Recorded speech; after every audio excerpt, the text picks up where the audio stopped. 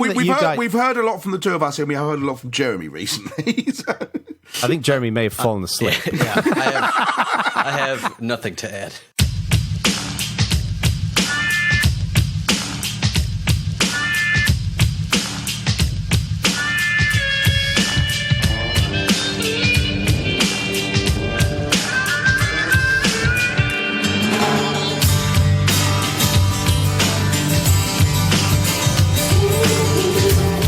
It's Thursday, the 18th of May, 2017, and it's Bad Voltage episode. What episode is it?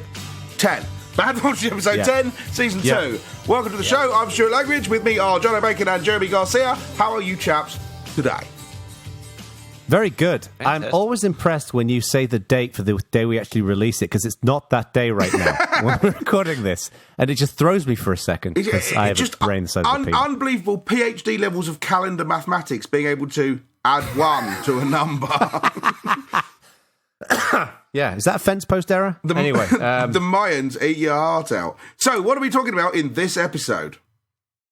Well, this is a very straightforward show. We're going to do some news, and then we're going to get into one big topic, and that's going to be based upon a conversation Jeremy and I were having at OSCON around, can you build a platform / community to solve this issue with unbelievably biased and at times fake news? Is there a way in which we can work together as a people to solve this scourge on humanity? That's it. And yes, there are lots of views on this backwards and forwards. Regular listeners will be unsurprised to learn that we're quite divided on this issue. Fortunately, I'm right. And now, and this is definitely not fake news, good current.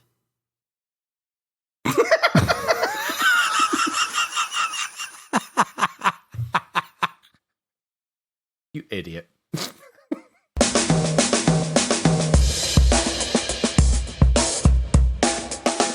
Time for the news. What news do you have? I know, you're in the mood. I'm in the mood for news. In the mood for some news. Okay, all right. Why don't we have the last of the party start with the news? Jeremy, go ahead. All right. So this is a pretty widely covered news item, but I figured we should at least talk about it, even though it doesn't directly involve Linux or open source.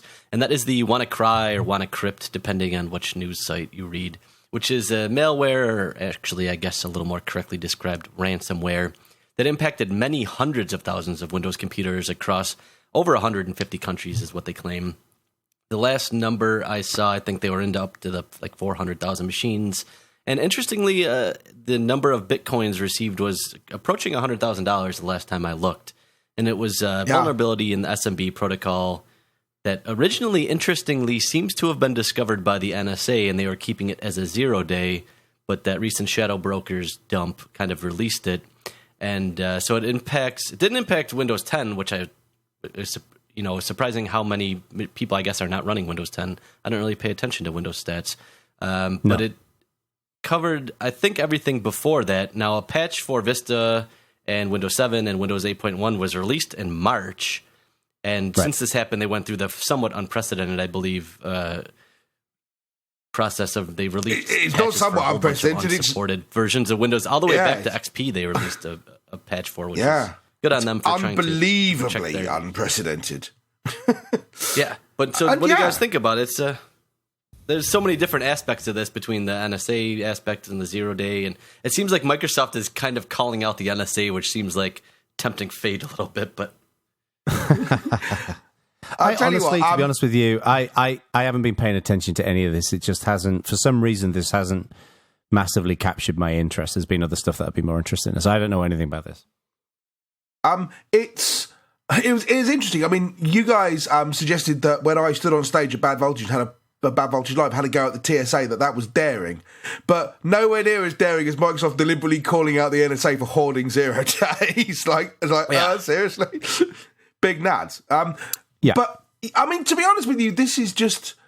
the fact that this has happened should not be new information to anybody, right?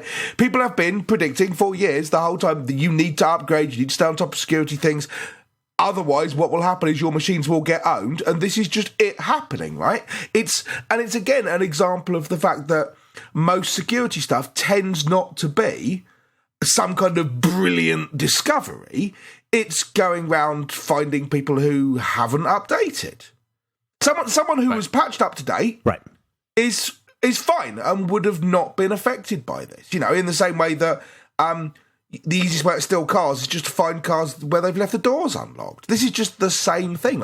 There's a whole bunch of politics around why people aren't patched up to date, which we're not going to get into. I have one question. I'm just curious from each of you guys, your perspective. When, your operating system will invariably say, I have these updates, you should install them, all right? And it's interesting to me, different people have different levels of prioritization of those updates. Some people just won't install them because they'll be too scared that, it's going to break something, right? And some people will install them immediately. What's your viewpoint of forcing updates to a machine with where there's a critical security fix? Do you think that's okay for companies? So to kind do of that? the WordPress mentality, where if it's a security fix, they don't ask in newer versions; they just install it for you. You're getting it, yeah. So it's an interesting discussion because obviously it makes sense in that if there are going to be a bunch of remotely exploitable machines, patching them makes sense. My concern is that when you have a workflow that allows them to push with no way to say no, as soon as that infrastructure gets breached, which seems inevitable these days, something's going to get pushed to every machine that infrastructure touches, which... So you'd need the dude in War Games with the 2 keys. Oh, no, you see, that's interesting. I mean, I don't like the idea of that infrastructure existing, but I don't dislike it because I'm worried about it being compromised. I dislike it because I'm worried that Oracle will say, yeah, you see, we've got this channel where we can push new security fixes for Java, but check it out, we're going to push this bunch of other stuff that you didn't ask for. And you can't say no to. I basically don't. Such as, for example, forcing an operating system updating people that no company has done recently. This is. So, part of it's technical, part of it's policy. Exactly the point. Yeah, this is exactly the thing. It's dangerous to give people the keys for that because basically every corporate entity out there has proved they can't be trusted. Look at Apple pushing U2 albums to everyone's phone, which everyone hated. Nobody liked that, right? And that's what happens. If U2 you give people, liked They it. did, in fact. I'm assuming they got paid. But yeah, so the idea of that, I think in general, it's a good idea to have stuff like this be able to be patchable. I had to, I was working with Neve on her laptop, which is a Windows laptop, right? And she started out, it popped up a bunch of updates and things like that. In the corner, she said, just close that down. And I said, no. We'll install those updates, which was really annoying. And we had to wait and had to reboot about 6 times.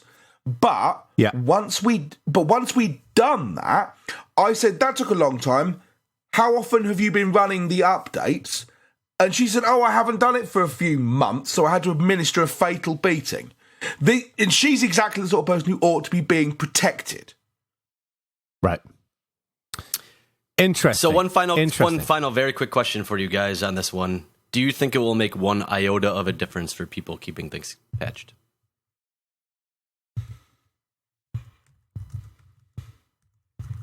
What do you mean? So this is a large breaking news story that I think everyone, technical or non-technical, will either hear about or know about in some way. Do you think a story like this will cause non-technical people to keep any meaningful percentage of them to keep their machines up to date that wouldn't have before this? My theory here is that non-technical people will have seen this story on CNN.com or something like that, and they won't have clicked on the link. They'll have seen something about security and be like, bored! And they won't care. Next. It'll just, oh, hang on a second. I'm bored about that, but hang on, Comey was fired? Oh, I'm more interested in that. I sadly, I don't think people, I think still a large proportion of the world doesn't see digital security as critical as it should be. And we're in an age when it is more critical than it's ever been. That's why I'm asking that question is I keep thinking, all right, this will be the event that starts the watershed moment where people realize, okay, I need to pay attention to privacy and security and these things matter. No! And you would think hundreds of thousands of machines getting encrypted would be that event. But it seems like no one very small number of people who didn't already care will care because of this.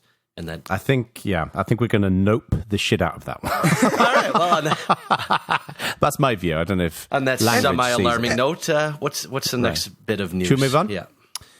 Well, I'll go next. I usually have crappy news for all of you guys, or amusing news, but I actually have real news now. So Google I.O. has been going on. In fact, it's been going on today as we're recording this on Wednesday, the something of something. 17th of May. Right, that one as well. Google announced Android O a little while back, but they shared a little bit more details about what's going into the Android O release. And they're focusing on, quote, vitals for this release, which is things like battery, startup time, security, etc. So some of the things they've talked about is that startup is going to boot twice as fast, and applications are going to start quicker as well.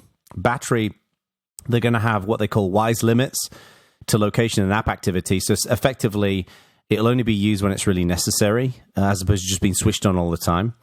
They're going to have something called Google Play Protect, which is, they talk about more visible scanning of apps in the Play Store. I didn't quite understand that as much. They're going to talk about modular updates, so making it easier for OEMs to send updates for Android out to people, which we'll see if that actually has an impact. Because, I mean, I know when I had my Samsung Galaxy S5, for example, it was frustratingly long before new Android releases got pushed out there. They're going to have app badging, which are going to be, those little notifications on the app icon, which iPhone users seem to really like. I don't really understand why. And then they're also going to make just text entry easier. They're going to have autofill, not just in Chrome, but also in applications. And selection is going to be easier. So instead of dragging those stupid handles around, which can sometimes be a little difficult if you've got a phone case on, so the edge of the screen is hard to whack. It's going to try and detect what you're trying to select. So overall, my personal viewpoint as a very active Android user is I'm really happy to see Google focusing on the nuts and bolts of using your operating system as opposed to flashy new shit. And I'm excited for Android O. What do you guys think? I'm excited about it too, but I kind of was under the impression that that's what that whole Project Butter was supposed to be way back. What's that? That was around the time of, I want to say, in between Android 4.1 and 4.2. They basically stopped all new feature enhancements and worked on Project Butter because it was supposed to make things buttery smooth. And it was just responsiveness, speed, all those kind of... Oh, I see. It is a little bit worrying that they have to already worry about that again. But, I mean, I'm glad they are, and they should, but it seems like it's not baked into the process maybe enough. But what I don't get is I read last week that, they were talking about their new operating system that's going to be running that non-Linux kernel, and it's going to have a new UI. And I don't understand why I get why they're working on Android, but they're working on this new thing as well. But I don't know. There's a lot of brand recognition with Android. I'm curious why they're working on an additional OS. So, yeah. So anyway, I think that's going to be interesting. I think it should be quite cool. We'll see what happens there. And Langridge. The O beta is available on just a few phones, and I believe the Pixel is indeed one of them. Oh, really? Yeah. I might try that on the tablet first. I'm not sure if I want to put it on my Pixel phone. Anyways, up and up, Langridge. Or not. Oh, not. Langridge is having some internet problems. It would seem he's probably talking right now, and we can't hear him. So I wonder if he's muted and doesn't know it, or... So for you listeners that maybe don't know a little bit how we record the show, in England, evidently, you are not allowed to have a webcam and audio on at the same time. So when he records the show, it's just a little... He's saying, so end the new segment without me in our chat. So I think we should use this as a few minutes to complain about him. You know what happened last time you did that? I know, and hopefully that guy isn't listening anymore. But it should be noted for the record that I gave him the laptop that he's using because it's too cheap to go out and buy a laptop. I hope he's listening right now. He's too cheap to go out and buy a damn laptop. So he goes and sits in his bed where the webcam doesn't work. And the Google Hangout notably starts breaking up when he uploads the video to Dropbox, the audio to Dropbox. So I know Brian a while back had a campaign for people to buy him a new computer for his video editing stuff. I think we need to have a bit of a whip round for Langridge for his new computer.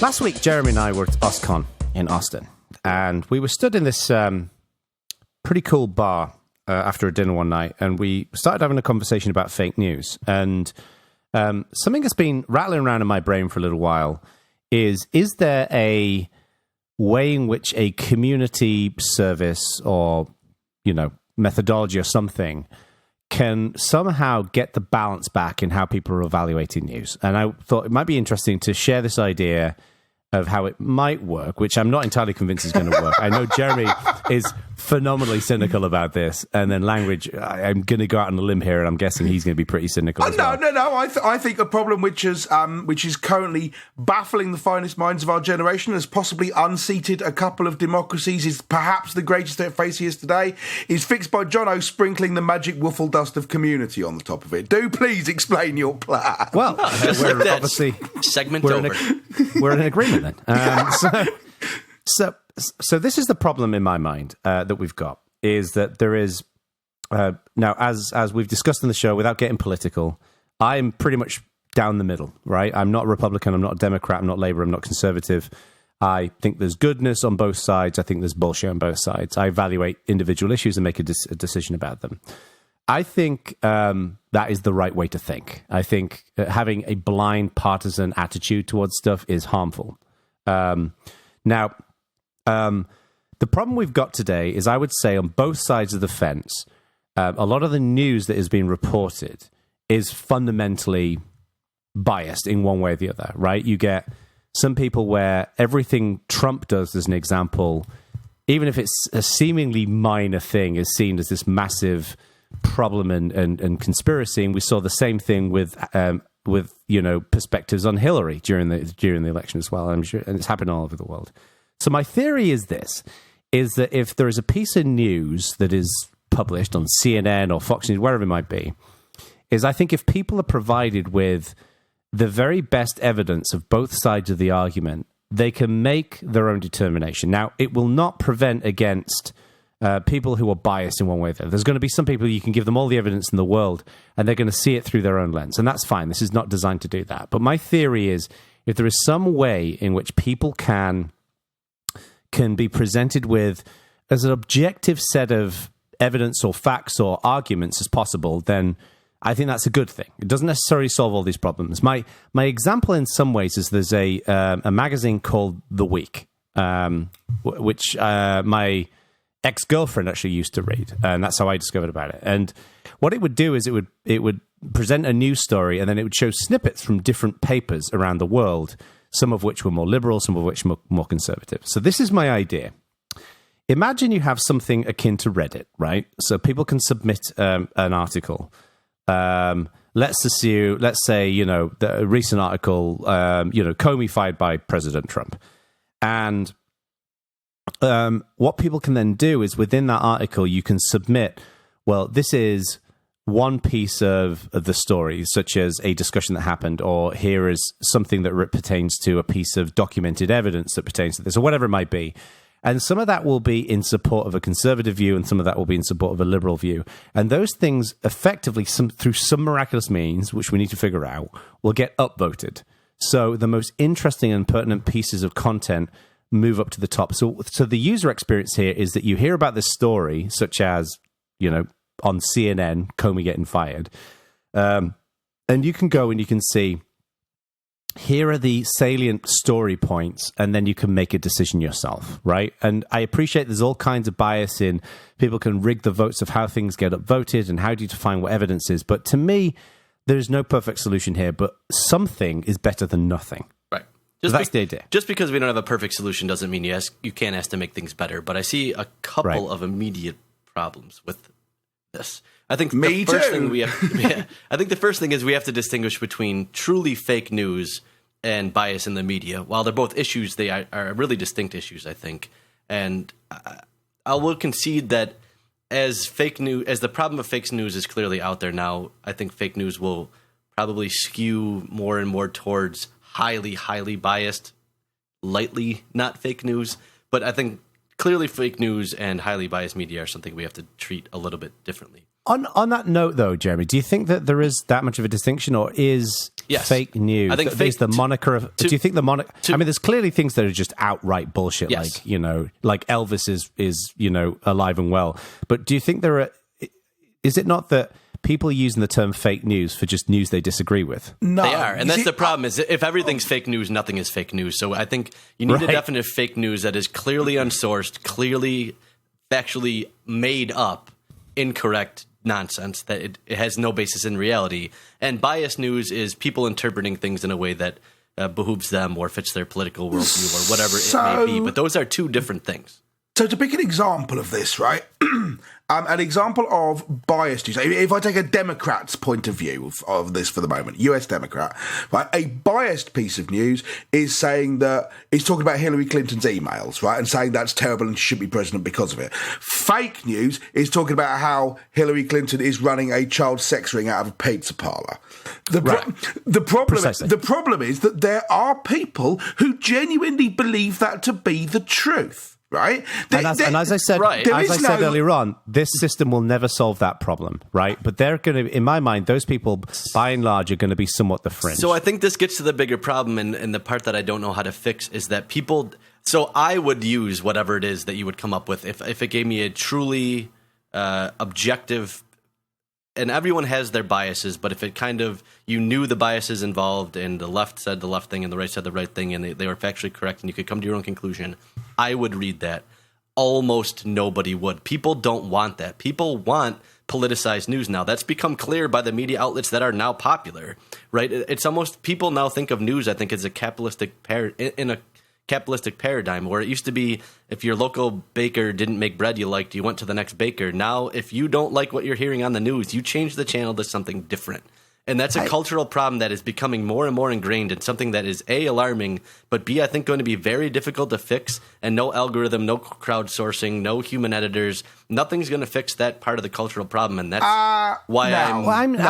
different thing.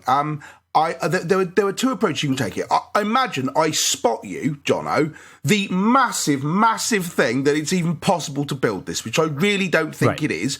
But I'll spot you for now that it's possible to come up with an objective treatment of a given news article, right? Right. Okay. So you can then get that information to people one of two ways. You can either say to the people, go and read the thing which publishes it. This is what things like Fact Check are aiming to do now. What Jeremy's talking about, The Week, the sort of thing Jeremy's talking about, where you can explicitly go and seek out this balanced viewpoint.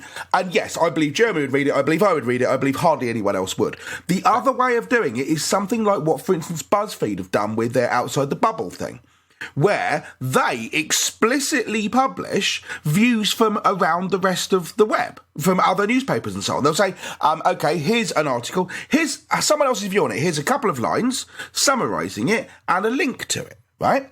And that, instead of saying, okay, people, you need to opt into this, you say to news organisations, you are obliged to provide this. Which to some extent gets around the problem of only people who opt in want to do it. The problem is that essentially you're legislating that people become fair and balanced, and one news organisation has fair and balanced as their bloody slogan, and they're the paradigm example of someone who isn't. So, the one thing I would say is, to Jeremy's point about whether people would actually want this. So one thing I definitely agree, I think we all agree on, is that the news has been affected significantly by money and bias and all this kind of stuff. I think we're all in agreement on that. But I think that we're getting to a point now where this issue of fake news and bias is so profound that I think people at the beginning, I think you'd have that technology adoption curve. I think at the beginning you get people who would genuinely use something like this, and I think what would happen is it would grow and it would grow, and it would almost become potentially in certain groups. I think this would definitely be more educated groups. It would become a bit of a social stigma if you didn't use something like this. There's always going to be, without shitting on certain papers, but I'm going to because the Sun is crap. But there's always going to be people who are going to read the Sun, right? There's always going to be people who are going to read the Daily Mail. There's always going to be people who watch Fox News. And to your point, they read those papers because it's either entertaining or it it meets their narrative, right? But I think that even if we had 5 or 10% of people not just reading something like this, and again, spotting that this is even possible, but also potentially people contributing towards this, which is going to be a way smaller group of people, I think just the act of thinking about how we solve this problem would be valuable in itself. So as X said, I think a ton of people are thinking about this problem. The guy that co-founded Upworthy actually started a Google Doc for this, and it's already at hundreds and hundreds of pages with quite a few contributions from all over the political and socioeconomic spectrum, etc. But I think spotting you that people want it, which I don't think they do, it's really a difficult thing to solve, right? Because one answer is human editors, but they're too expensive. They're way too slow to respond. And they're humans, right? So they're biased anyways. You can crowdsource it, but that's simple to game. It's easy to troll. And I think funny things come clear about a lot of crowdsourced things. The clickbaity kind of things end up ruling. And that is what you wouldn't want out of this. So you see, having thought about it a little bit, one thing I would like is, and I would say, microdata didn't catch on in a way that I hoped that it would, or many people thought that it would, but some kind of microdata where you had something linking back to the original source, so that you could always see where something was sourced from, so that if a bunch of news articles came from one original source that was clearly false, it would be easy to detect that. That's one thing that I think would benefit the ecosystem. And you're laughing at microdata over there, Mr. Webb? I heard that. I am, because a long time ago I put a post on my website which was a picture of a turd and balanced on it was a badge with the microformats logo on it, and the slogan said, "The beatings will continue until morale improves." Right?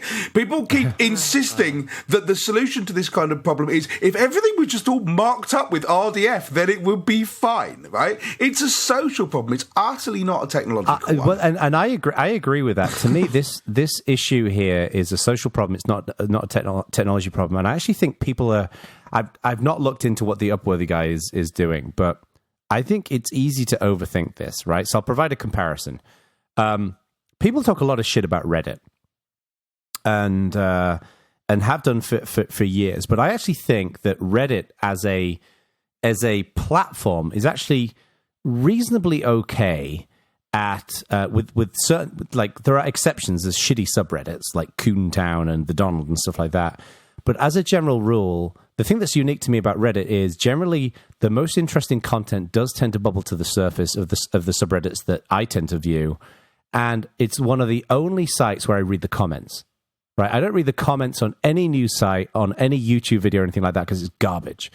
And I think the reason why that tends to work is that if you get, 2 million people reading a particular subreddit, what you'll get is you'll get the general gist of what people find interesting in the comments and what people find interesting in the content that's submitted.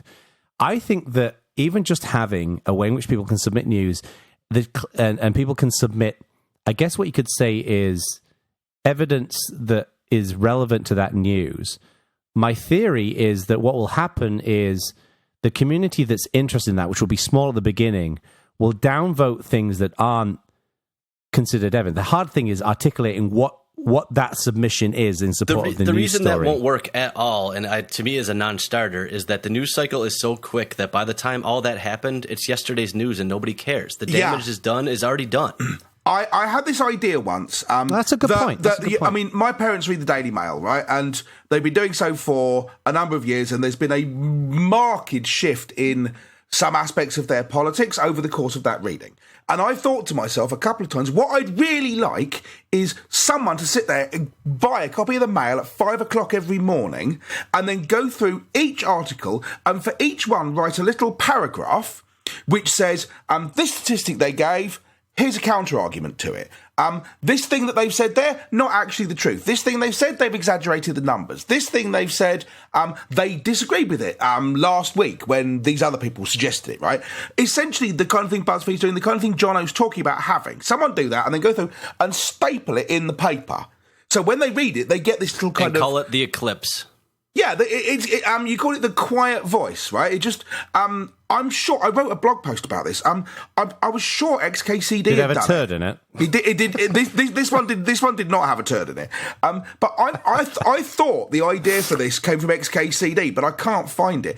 The idea that when on a TV news program or something, there's kind of a commentary track like you get on DVDs where someone starts talking about a news story, and then the quiet voice says something like, and they've just said that that's 3.28 billion extra on taxes, but that's only 1.13 pence per citizen, or something like that. You know, it just fills in backstory and information and so on.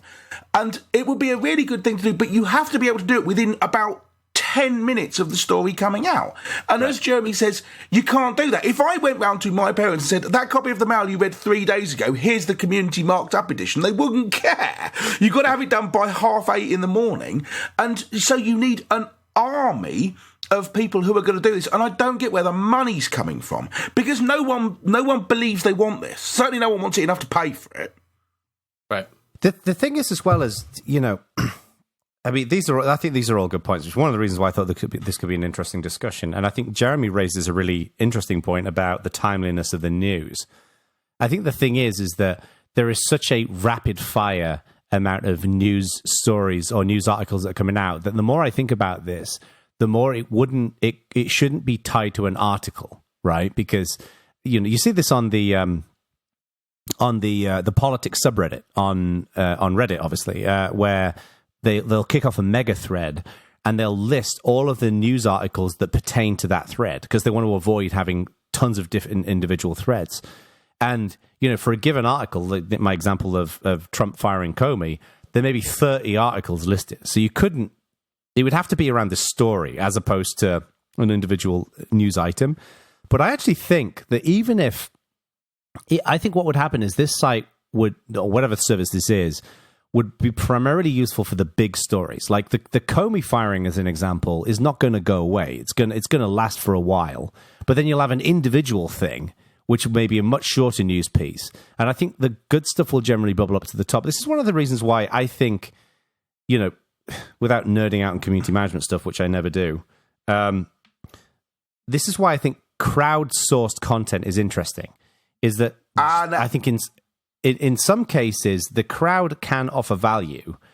And I think that in something like this, so long as you do have a somewhat diversified audience, like if you have one audience, if you only have an audience of conservative people or you only have an audience of democratic people, it will obviously skew it. But I think that I think that because the focus of this would be on material that is seeking to not be too biased to one or the other, it wouldn't therefore be of primary interest to one or the other. Because right now, I think people are getting a group of people that's comprised of 50% of people on one side of an argument and 50% on the other these days doesn't end up in the center. It ends up in shouting. So you wouldn't get a more centralized version of that story. You would get a whole bunch of shouting. But I think the reason for that, though, is because people are... You know, it's like when we talk about, we're probably letting too much of the secret sauce out about Bad Voltage Live here, but one of the things that we talk about when we're planning a Bad Voltage show is we're very, very judicious about where we give control to the audience. Is that, you know, if you give too much control to the audience, people will start yelling and then you lose control of the show. And I think it would be the same thing with this. You'd have to make sure that people can offer their perspective, but in a way that... But as soon as you don't allow that perspective, they're going to say you're being biased, and then the whole operation goes up in smoke. But to me, this is the difference between an upvote and a downvote and a comment. In a comment, it turns into shouting, and an upvote and a downvote, it turns into adjusting prioritization of how content gets listed. You're having a laugh. I agree that you wouldn't want this to be... I think it turns into an escalating bot war at that point. Yeah, I think it turns into 4chan. I mean, to give you an example, right? I would argue that Reddit is an example of this somewhat working reasonably well. Nah. And yeah, there are exceptions in Reddit where it doesn't work well. No. Everybody talks about the exceptions, but generally, I mean, Reddit is what, the 7th most popular website on the internet, something like that? I mean, there's a reason why it tends to work. And most of the subreddits that I'm a part of, which span music, politics, all kind of stuff, generally the quality of the content there is actually pretty good. I really don't feel like it works, right? And here's the reason. We're looking here to make sure that we're getting some kind of reasonably wide, balanced viewpoint and so on. We're excluding the extremes and so on and so forth. But then you mentioned as your example for one of the bad places, the Donald, right? Which, if it was about some obscure thing, fine, but it's fans of the President of the United States. This is not some weird outside the Overton window obscure thing to like. No, that's bullshit. No, the Donald, when in the lead up to the campaign, the Donald was not an objective set of people who were fans of the president. The Donald was very specifically a group of people who were trolling, focused on Donald Trump. Yeah, but you right? can't. Yeah, but you can't. I would argue that the Donald. I would argue that the Donald on Reddit is not typical of the average voter who voted for Donald Trump. But you can't tell the difference. That's the problem. There's no way of setting up something and saying people who are like the Donald aren't allowed in, but real voters are allowed in. Not when it's crowdsourced. But that's where I think the average will balance out. Is that what you'll get is you'll obviously need some kind of moderation to stop people submitting crap, right? And what I mean by that is, submitting spam and stuff like that. But I'm confident that I'm confident enough in the crowd, and I think we've seen this in various places when we've seen crowdsourcing as a means of helping good content to bubble up to the top. I think in general that can work. We've seen it in Quora, we've seen it in Reddit, we've seen it in Stack Exchange. All these different places, there is some kind of crowdfunding component which brings it up to the top. Part of my crowdsourcing, not funding. Part of my thinking here is I got quite a lot of time for the whole microaggressions concept, right? Going back to the mail. The point there is it's not about the big stories. It's not every now and again someone comes up with Pizzagate and 300 million people believe it. It's about the ceaseless, constant drip, drip, drip, drip, drip. If you just treat the big stories, that's not the thing which convinces people. They're a convenient thing to latch onto. But what's actually convincing to people, in my opinion, is the constant background radiation, where all you ever hear about Muslims is that they're taking our jobs. All you ever hear about Polish people is that they're the people on the end of the phone. That's why I said this won't be a solution to all problems, right? That's why I said this won't deal with the extremes of the argument, and this won't solve all problems. What I'm saying is, I believe something like this would would have a valuable function in objectifying people's perception of what's going on in the world to some degree. Do you? Even if it improves it by 5%, even if just 5% of people who today are getting their news from Fox News, the Daily Mail, CNN, MSNBC, whatever it might be, can see a bit more objectivity in their world, I believe it would work. Right, honest question, and I think this might be what divides us. Do you believe there are people out there who believed that Barack Obama was born in Kenya who would be convinced by argument? Because yes. I don't.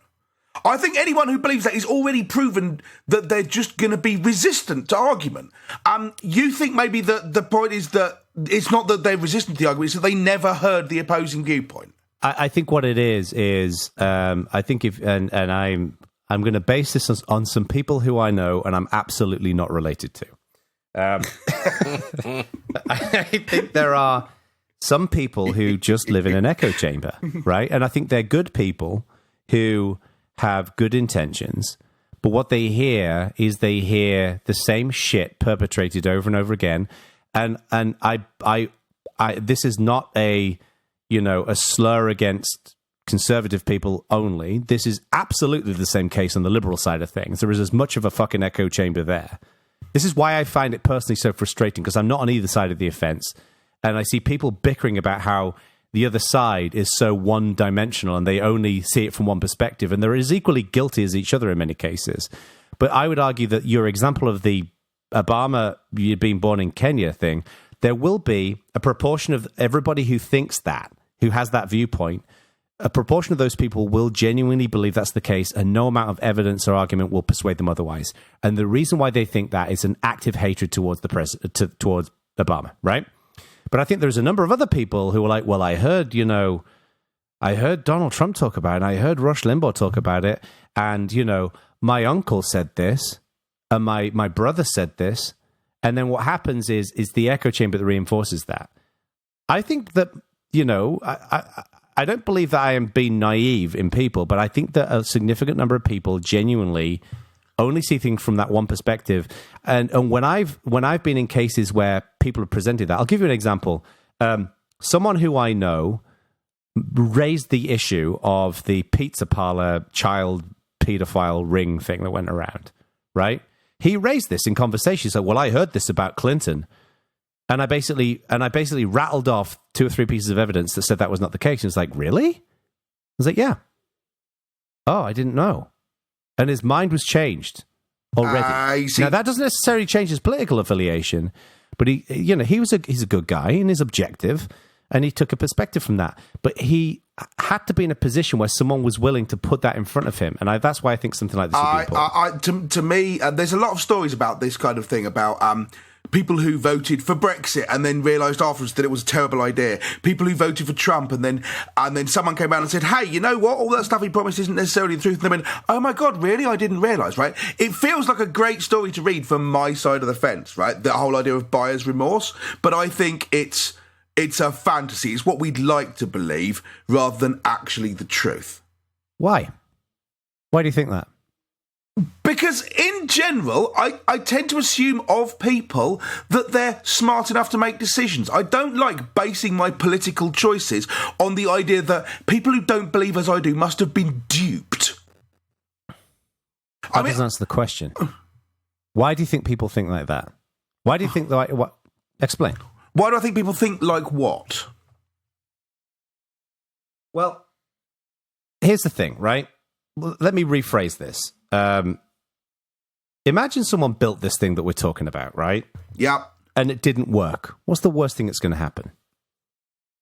Nothing. Doesn't move the needle at all. Yeah, right? fine. Go ahead. Imagine someone builds this thing and 1% of people in the world get some kind of value out of it. The comparison I would use here is this is almost like Snopes and Reddit had a love child, right?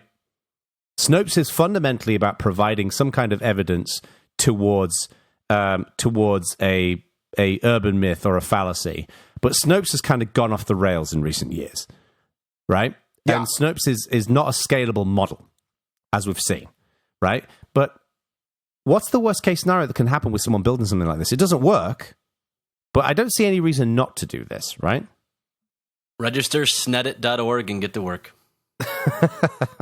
Do it. Make it happen. I think someone builds it, cool. I think it's quixotic in the extreme, but I mean, there is literally no bigger windmill to tilt out than this, but go for it. But are you really that burnt out on humanity that you think that there isn't a way in which we can effectively help people to make objective decisions on the information they perceive or they receive? I am that burned out on the section of humanity who will fuck it up for amusement that I think it's impossible to build something like this while preventing those people from fucking it up. Yes.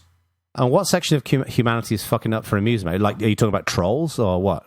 If you built this thing tomorrow, right, you waved a magic wand and it happened, how do you stop people? You said, there's a problem with people gaming the vote and stuff like that, but it won't solve all problems. How do you stop people doing that? Because people doing what? Gaming the vote, essentially, because the first time one of your community moderators starts killing threads that favour Trump, for example, right? At that point, the whole point of this just goes away. Because if it's once proved to be untrustworthy and biased in itself, then it's useless. I think that you'd need to have, this is something that we've talked to Jeff Atwood about, right? Yeah. Jeff Atwood's view is that you can build self-moderating platforms. That's how Stack Overflow is its name now, and Discourse is built. And I think his viewpoint... I'm a lot more convinced you could build them about questions about SQL than you can about questions about how to best distribute money to the populace. Yeah, and I would agree. But I think his viewpoint is that you want to focus your human efforts, like on moderators and things like that, much more... You want to focus on a smaller number of people, then you build a platform that effectively helps people to self-moderate in certain ways. I actually think, and there's so many specifics that are involved in this, but I think if you were to take some of the moderation principles that we've seen in things such as Stack Overflow and discourse, I think if you were to take the notion of things like upvoting and downvoting in Reddit, I think if you were to be very, very careful and objective in how you identify human moderators, and how you grandfather those people in. And I think if you were to use technologies that lots of companies are using now for example, detecting bots, detecting trolls, there's a lot of companies have spun up trust and safety departments. Twitter is starting to do this more and more. GitHub are doing this.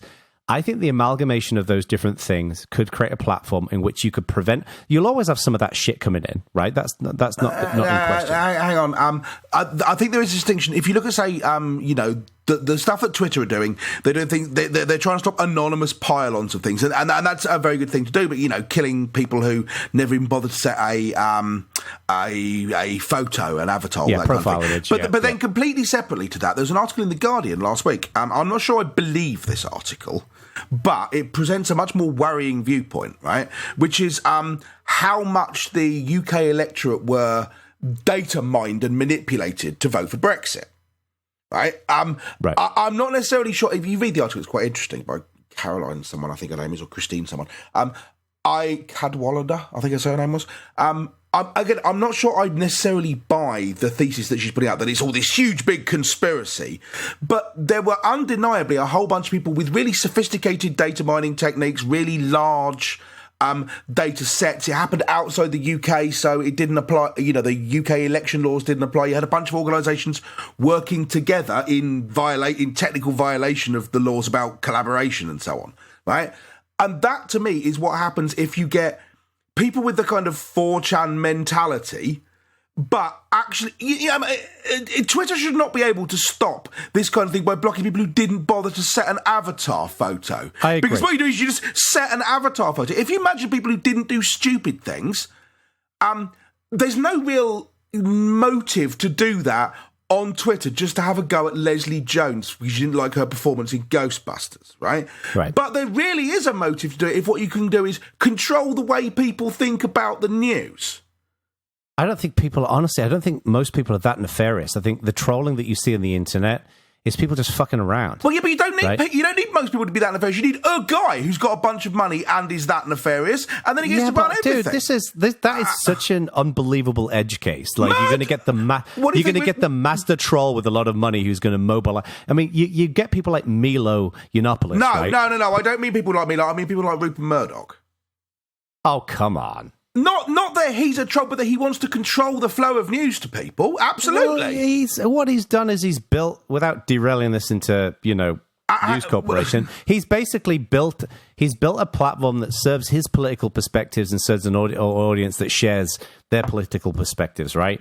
The thing in my mind is... Hang on, we've heard a lot from the two of us, and we have heard a lot from Jeremy recently. So. I think Jeremy may have fallen asleep. Yeah, I have nothing to add. Well, this has been quite long, so... I'd be interested in hearing other people's viewpoints on this.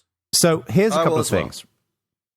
I would love to hear what people think about this on the forum, community.badvoltage.org, obviously. But almost more importantly, if any of you are listening to this right now and you think, I think this could be quite cool, I'd like to build something like this. I flat out do not have the time to work on something like this at a practical level. But if there are people out there who would like to write some code to spin something like this, that, maybe it could be a simple little open source project that gets spun up and we see what happens. And if it burns and dies in a fire, that's totally fine. But if there are people who would like to work in something such as this and willing to put the time in, post to the forum as well. Because I think this could be a really interesting... experiment. And if for no other reason that it fails and it shows other people who are spending more time on this, like what failed, then that could be cool. Community.badvoltage.org.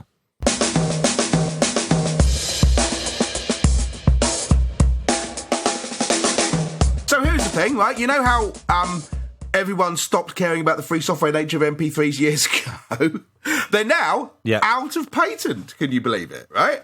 Well, so at first you think, yay, hooray. The thing which surprised me about this and really, really, really, really, really annoyed me about it is the Fraunhofer people basically wrote an article, a press release, saying, yeah, MP3s are dead now, everyone moves to AAC. And the tech press have basically written a bunch of articles going, yeah, MP3s are dead. And you're like, no, for God's sake. The Fraunhofer people want you to move to AAC, so you keep paying the license fees like a bunch of suckers.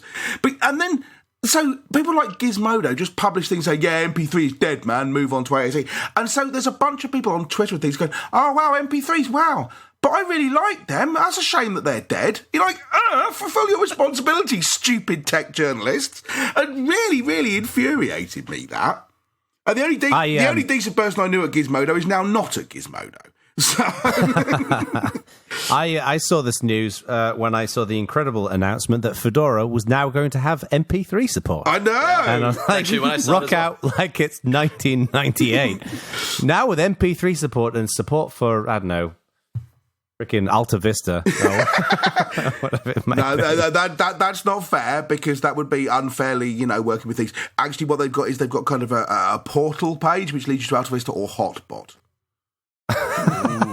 I was figuring you could run that on that prehistoric laptop that you've got. Shut up! US Robotics 14.4K modem. I mean, not that we'd want to accuse you of having a connection that was slower than 14.4K, which obviously wasn't the case, right, Mr. Langridge? It was actually the case. I don't know what was up with the router, so I gave it I administered a fatal beating to the router, and that seems to have woken it up fine now. But yes, my apologies for that, people. So I don't know what happened with the discussion about Android O, which I tell you, I think every time you say it, you should say Android O, just to annoy the Google people, right?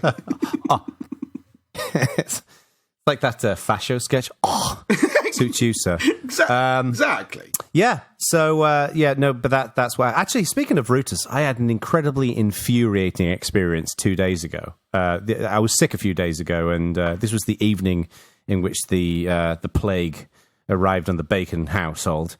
And we had Mother's Day. We had a bunch of people over, and our neighbours' kids, who were a bit older than Jack, were playing over here with Jack in the living room. And a little bit later on, our Wi-Fi stopped working, right?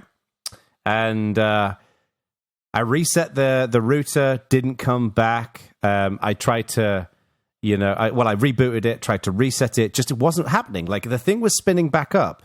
Right, but there was absolutely no Wi-Fi. It was at this point that I discovered there is a Wi-Fi button on the router. Now, two questions about this. One is, why do you need a button, right? If I have a Wi-Fi router, by definition, I want the Wi-Fi on. Hang on. The power is This on. is not the WPS button, the button to pair things with it. No, this is a button that switches the Wi-Fi on and off on the router, right? Now, why would I want that button is the first question. The second question is, if you're going to put a button on a router that switches the Wi-Fi on and off, don't make it clear plastic and put it next to the clear plastic lights, because it just looks like a light. Right. Now, I like the idea... I'm talking to you, Netgear, you bunch of bastards. I like the idea of having a kill switch for this kind of thing, because it's not... It's not like you can say, oh, well, if you don't want Wi-Fi, just go and buy a router without Wi-Fi, because I'll bet money there aren't any. Right, they just put it in. It's like going, I'd like to buy a mobile phone, but without GPS. They just don't exist. You can buy loads of routers don't have Wi-Fi. Just regular Ethernet routers. Are you sure regular Ethernet routers still exist for consumers? I've got one next to me. Because you bought it in 1988. I bought it about... No, that's not fair. I bought it like 2 years ago. Such a liar.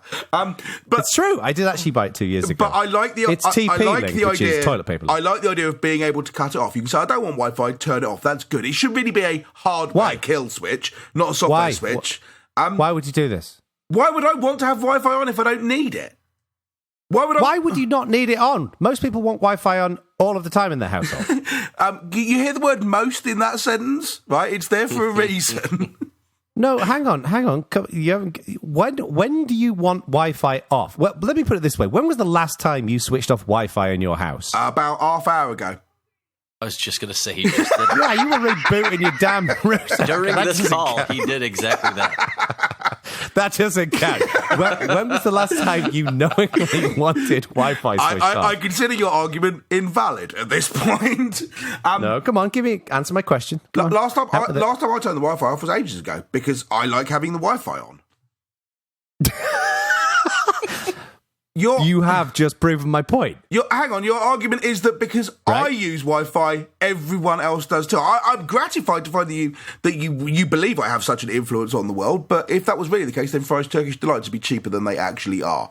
So Also, I bought this router from Costco, right? This is it's one of those pointy routers designed for gamers, right? This is ludicrous. If you're going to have the button on the front, don't put it on the front where, for example, annoying children can whack it and turn it off, right? And don't make it the colour of a light. I grant you the industrial design on your router that cost you presumably $5 is not as good as it could be. It's very infuriating. And actually, I was sick that night. I was very sick. And I think it's related to this incident. So I think I'm going to file suit against Netgear. Go for it. He'll probably win. I will be interested to see how that works out. I'm good at the legals. Jeremy, I assume, has some kind of amazing, all-singing, all-dancing IoT super router. So perhaps you can do a review of it. Super router. Actually, I was planning on doing a review of the whole setup. One of these. I have all Ubiquity stuff now, so... Oh, really? As in the old Ubuntu installer. Yeah, exactly, yes. What do you mean the old Ubuntu installer is the current Ubuntu installer, isn't it? It's still old, though, isn't it? Right, yes, it is both current and old, I grant you that point, yes. That's actually, see, I was going to take the piss there out of Jeremy's networking setup, but that actually sounds really interesting, so yes, do a review, please. Yes, so...